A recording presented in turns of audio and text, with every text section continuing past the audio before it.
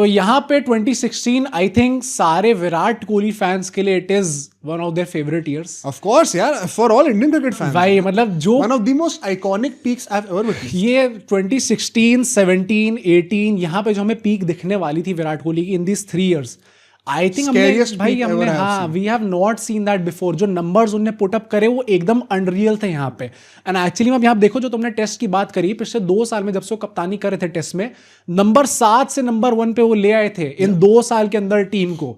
तो टेस्ट में already you had started to see कि अगर आप कप्तान बनाओगे विराट कोहली को तो क्या रिजल्ट्स आपको देखने को मिलेंगे।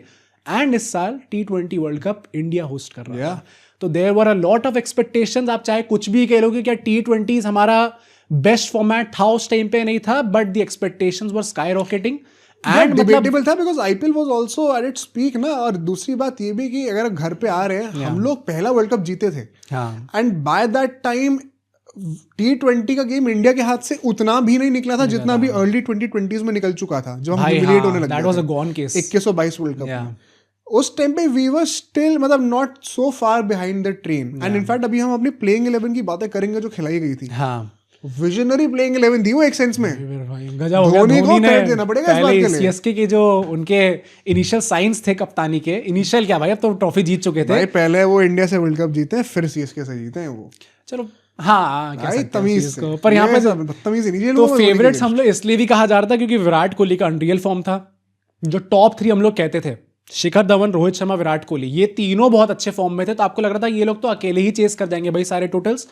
ऑल्दो हमारे जो कप्तान थे उस टाइम पे, may be some would say that he was going through a bit of a rough time.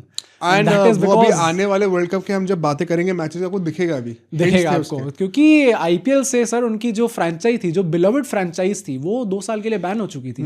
तो यहाँ पे इस बार वो आईपीएल सीएसके के लिए नहीं खेलने वाले थे। And whether you like it और not, whether you want to believe it और not, a guy of Dhoni stature जिसने सीएसके लिटरली खड़ी करी है, उसको थोड़ा बहुत तो लगा ही होगा भाई इसके यार। वो बंदा रो रहा था जब चेन्नई वापस आई थी हाँ, इतना ज्यादा। And of course we all know जिस बंदे की वो टीम थी, इंडियन विकेट कीपर से उतनी अच्छी पट्टी नहीं थी उनकी भाई। हाँ, इनफैक्ट कप्तान नहीं बनाया था भाई, हटा दिया था भाई। काफी सैड मोमेंट था। बट अगर आप इंडिया के फॉर्म की यहाँ पे बात करो तो 2014 T20 वर्ल्ड कप के बाद से इंडिया ने 4 T20I सीरीज खेली थी एंड एशिया कप खेला था before the 2016 T20 world cup. And यहाँ पे अगर आप देखो तो जिम्बाब्वे, साउथ अफ्रीका, ऑस्ट्रेलिया और श्रीलंका से 4 T20I सीरीज थी। यहाँ पे इंडिया जो है ऑस्ट्रेलिया, श्रीलंका और एशिया कप जो थे, ये तीनों चीजें जीत चुका था leading up to the 2016 T20 world cup. South Africa से हम लोग हार गए थे एंड जिम्बाब्वे से हमने ड्रॉ कर लिया था, ऑल्दो जिम्बाब्वे के अगेंस्ट हमारी इंडिया ए टीम थी। दिल पे मत लेना भाई कि ये नहीं कि अब यहाँ पे हमें भी कुछ जिम्बाब्वे वाले टैग्स मिले जैसे जबरदस्ती के। तो मतलब इतना कुछ टेंशन की बात नहीं थी, अच्छे फॉर्म में चल रही थी। इनफैक्ट T20 वर्ल्ड कप से पहले तो हम लोग काफी अच्छे फॉर्म में थे वहां पे। बट एक ऑस्ट्रेलिया टूर आया था जनवरी में ही, जहां पे हमें 3 T20Is खेलने थे ऑस्ट्रेलिया में जाके। अब यहां पे जो डिसीजंस लिए गए हैं जिसके चलते हमारी T20 टीम शेप हुई है, वो शायद कुछ लोग थोड़ा कंट्रोवर्शियल मानेंगे, शायद थोड़े क्वेश्चंस उठाएंगे।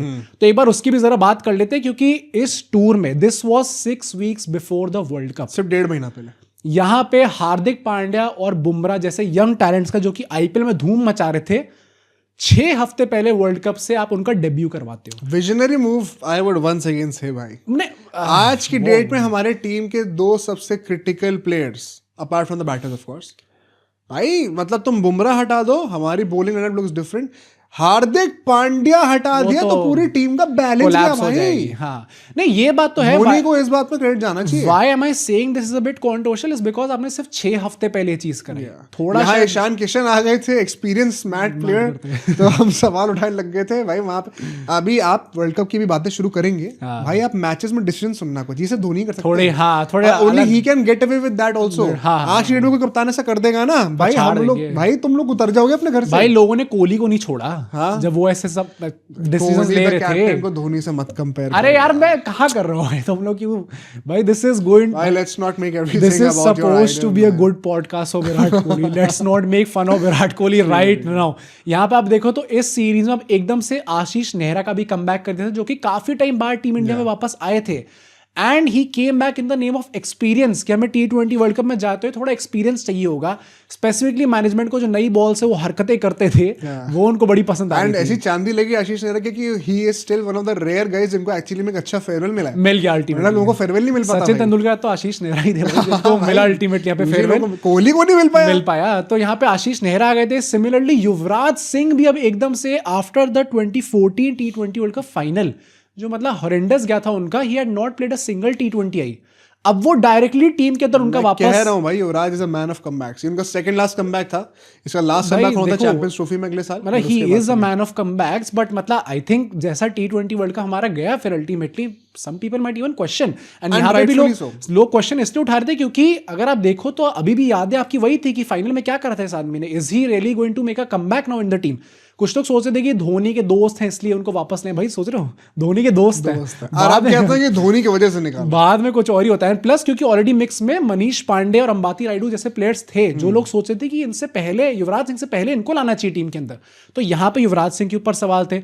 अब पॉइंट यहाँ पे होता है, जो मेजर पॉइंट है, आशीष नेहरा, बुमराह और हार्दिक, इन तीनों के टीम में आने के बाद इंडिया एक कंप्लीटली न्यू बॉलिंग अटैक के साथ जा रही थी सीरीज के अंदर।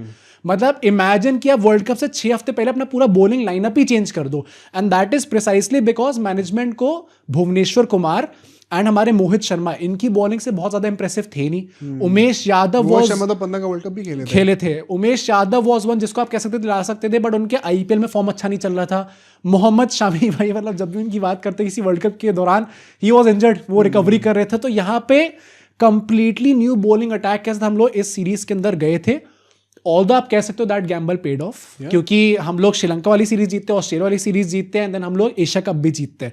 एशिया कप में एक्चुअली में हम लोग 5 मैचेस जीत गए थे भाई, पूरी डोमिनेंट हमारी परफॉर्मेंस थी। एशिया कप बहुत यादगार है भाई, इफ यू नो किस एशिया कप की बात हो रही है उस वर्ल्ड कप से पहले, अब याद करना काफी यादगार है वो। उसमें युवराज का भी जब कमबैक उस टाइम पे वो करवा रहे थे लोग, विराट कोहली ने एक बड़ी आइकॉनिक इनिंग खेली थी। विराट कोहली के टोटल एशिया कप देखो तो 153 रन थे इन 4 इनिंग्स। मैं कमेंट सुनना चाहता हूं मैं किस इनिंग की बात कर, आप समझे कि नहीं समझे। पर भाई आप देखो तो यहाँ पे Virat Kohli was again still from Australia tour की मैंने बात करी, वहां पे 3 मैच में 350, मतलब वो वही ना उस फॉर्म में था कि मैं बोलूंगा मैं बोलूंगा कि मैं 100 मार दूंगा, वाला ये 50 मारना फिर मैं करके दिखा दूंगा। That was Virat Kohli at that point of time.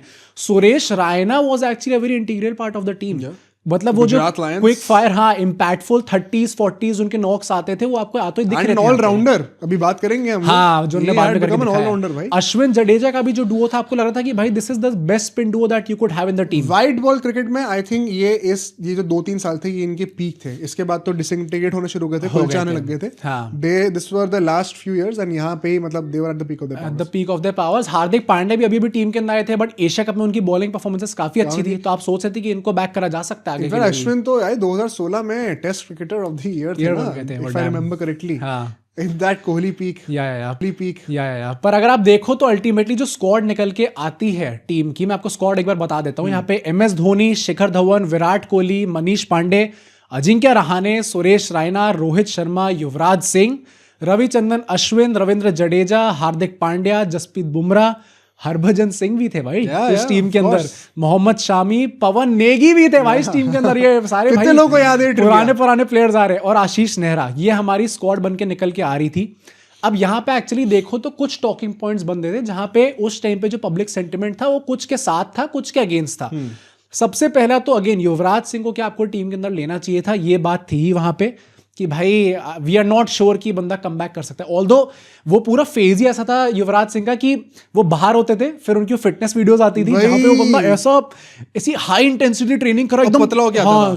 जैसा हम रोहित शर्मा के लिए कह रहे हैं ना, ओ भाई दैट्स अ लवली कंपैरिजन। लोग रोहित शर्मा की बातें करते हैं, आपको एक बात बताता हूँ, कैंसर के बाद बीच में जहीर खान और युवराज सिंह फ्रांस गए थे कुछ महीनों के लिए, और वहां से वो पहली बार जब वापस आए थे उस टाइम पे सोशल मीडिया इतना होता नहीं था, हम भी बच्चे थे, फोन नहीं था, न्यूज पेपर में उनकी फोटो निकली थी एकदम पतले होके, और भाई सारे अकेडमी से बात होती थी क्या हो गया भाई इस बंदे को, इतना फिट कैसे हो गया ये तो वो 2007 के टाइम में युवराज सिंह लग रहा है। तो मतलब he had done multiple transformations, 2017 में उन्होंने ट्रांसफॉर्मेशन करके दिखाया। तो वही तो कुछ लोग सोचेंगे कि नहीं बनता था, बट काफी लोग सोचेंगे भाई why not, he is one of our best match winners, उनको ट्राई कराना चाहिए।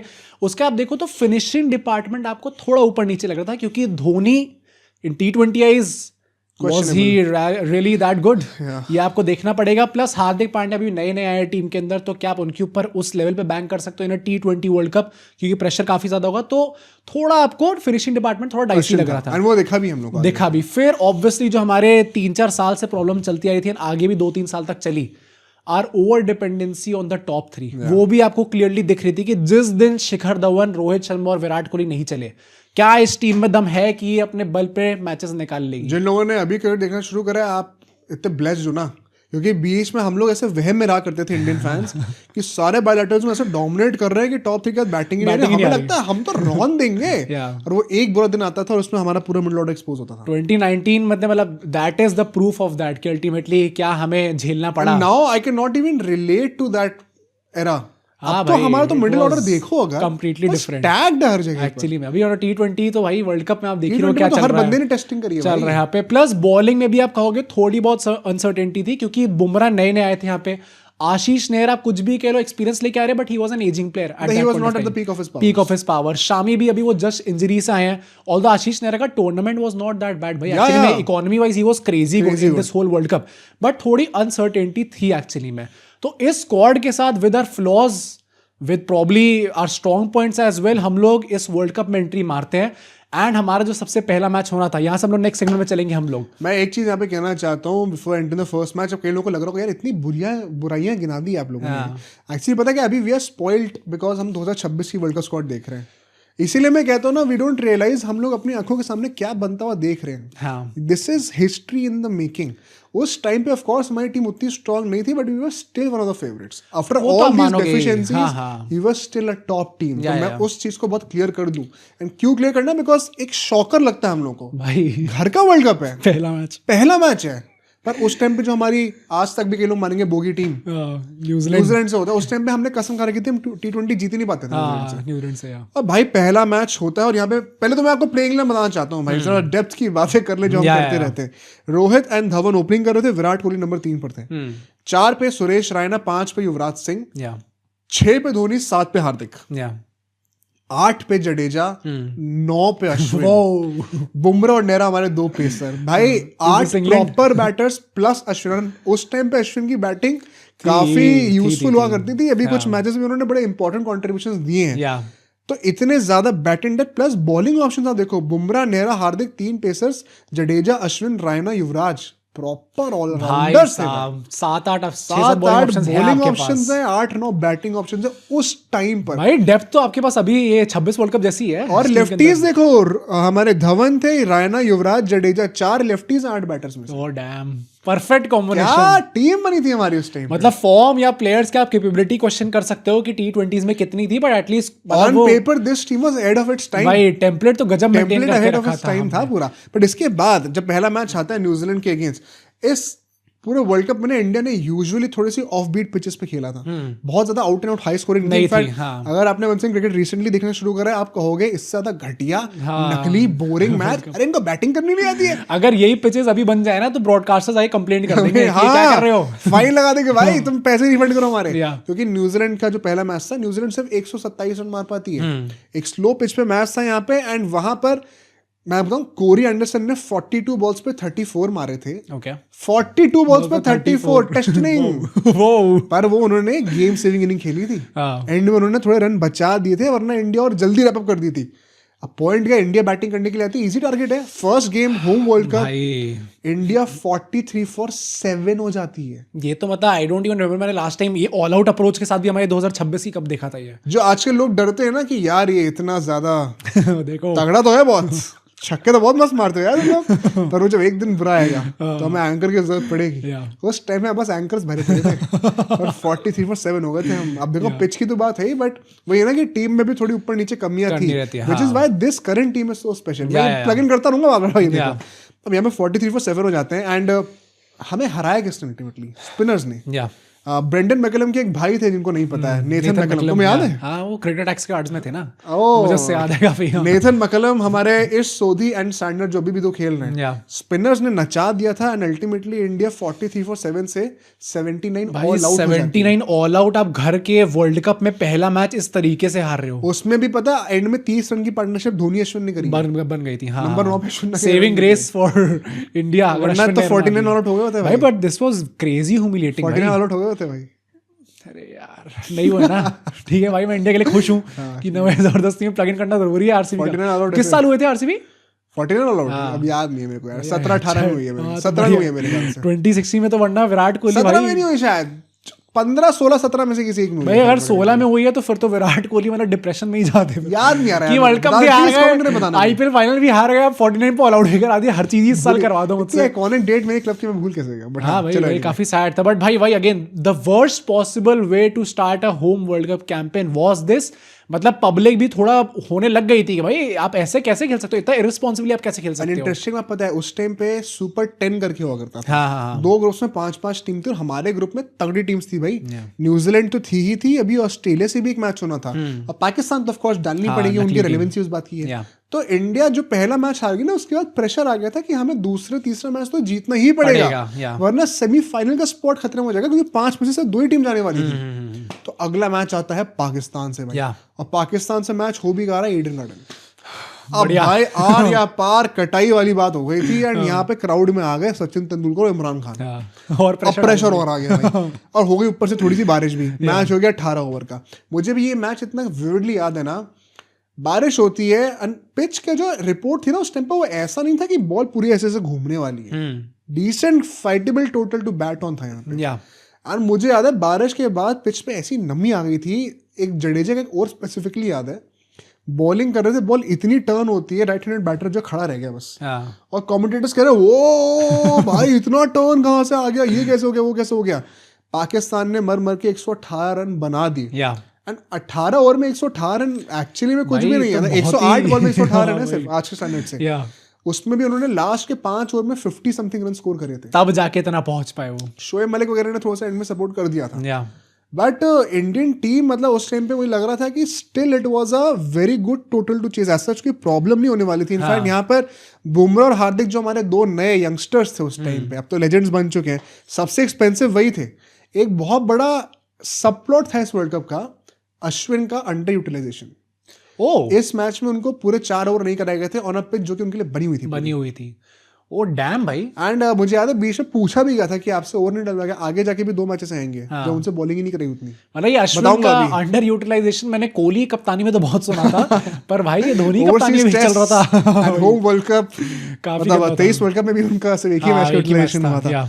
तो यहाँ पर बुमराह एंड हार्दिक हमारे थोड़े एक्सपेंसिव थे जरूर, बट जब इंडिया बैटिंग करने के लिए आती है अल्टीमेटली, फिर से ऐसा लग रहा था कहीं ना कहीं ना दोबारा कोलैप्स होने लग गया है। दोबारा जल्दी विकेट गिर रहे हैं, ट्रिकी विकेट है, इतना आसान होने नहीं वाला चेस। बट विराट कोहली ने अर्ली साइंस दे दी थे भाई ये वर्ल्ड कप मेरा होने वाला भाई। इतनी तगड़ी इनिंग खेली है बंदे ने, 55 of 37 बॉल्स उस टाइम के हिसाब से। Once again it is a very good, अच्छी स्ट्राइक रेट पे मारे रन, तगड़ी इनिंग, नॉट आउट आता है एंड सुपर डिसिप्लिन। मतलब इस इनिंग का हाईलाइट पता क्या था, देयर वर टाइम्स जहाँ पे टेम्पटेशन होगी मेरे को छक्का मार दूं एक, बट मुझे पता मेरी टीम को मेरी क्या जरूरत है, मैं यहाँ पे आउट हो जाऊंगा, कोलैप्स हो सकता है, पिचेस इतनी आसान नहीं है खेलने के लिए, तो मैं डिसिप्लिन रह के अपना सर नीचे रख के टीम को जिता के लाऊंगा और फिर भी इतनी अच्छी स्ट्राइक रेट। मतलब दिस इज प्रेसाइसली व्हाई हम लोग T20 आई ग्रेट कहते हैं विराट कोहली को, क्योंकि वो ना मतलब it is very easy for any batsman to get swayed away in these situations. मतलब Rohit Sharma is also very good batsman, but I have seen this भाई, वो कई बार ऐसा होता है कि वो थोड़ा स्वे अवे हो जाते हैं, उनका गेम स्टाइल वैसा अलग, हाँ अलग है तो ऑब्वियसली। पर मतलब Virat Kohli is that responsible guy जिसका मतलब 9 out of 10 टाइम्स आप बैक करोगे कि मैच जिता के वापस लेके आएगा, नॉट आउट रहेगा।